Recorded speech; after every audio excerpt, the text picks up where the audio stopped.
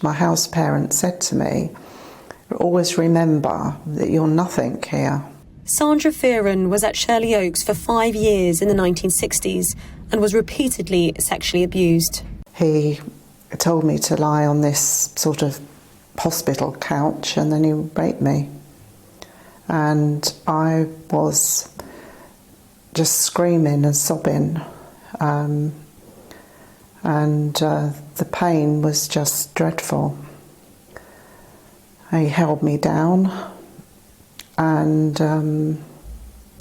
that went on for 2 years. So you've received one of the largest payouts in compensation. What kind of difference has that made to your life? The compensation actually doesn't take the pain away, but it does help to maybe make my future a bit more secure.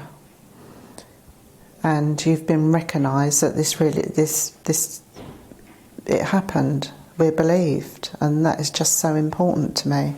Sandra is one of 2,236 people who have applied to the Lambeth Redress Scheme for compensation. Applicants have to provide evidence of their abuse.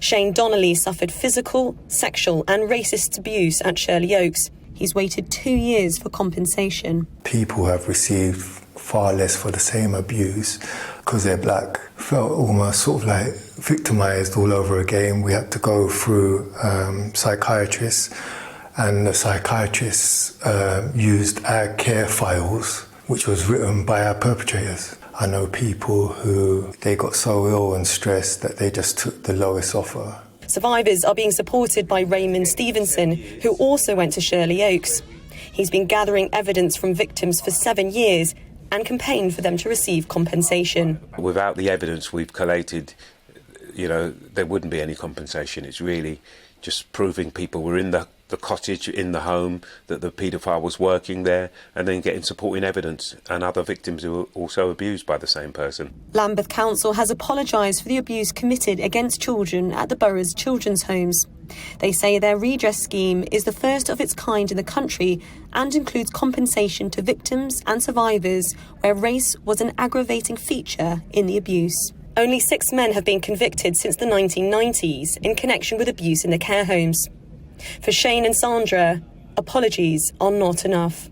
They make a big thing of wanting to change the names of roads because of slavery, but they've discriminated against black survivors who were abused by them as a council. People have got away with it. There's lies up till this day. That's what I'd like to see, a criminal investigation. Alice Porter, GB News.